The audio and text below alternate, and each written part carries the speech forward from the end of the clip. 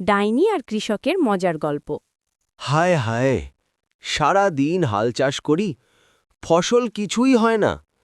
খালি পেটে কাজ করতে করতে মরেই যাব বোধহয়।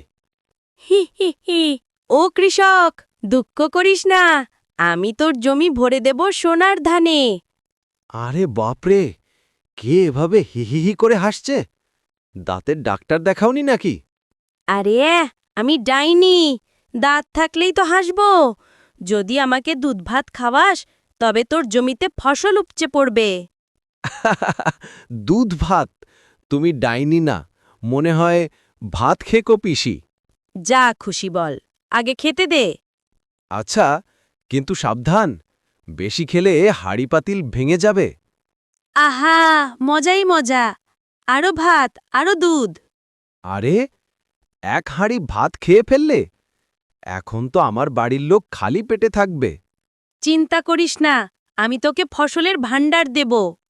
আচ্ছু! হুম হুম হুম হুম। আরে, ধান গজানোর বদলে মাঠে কুমড়ো কষাচ্ছে? আরে, ভুল মন্ত্র পড়েছি নাকি? আবার চেষ্টা করি।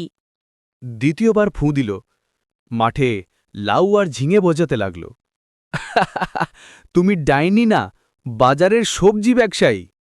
থাম থাম, এবার একদম ঠিক করে দিচ্ছি। তৃতীয়বার ফুঁ দেওয়ার পর মাঠে সোনালি ধান ভরে গেল। বাহ! এবার তো একদম ঠিক হলো। তুমি তো আসলে খাও দাও হাসাও দাইনি।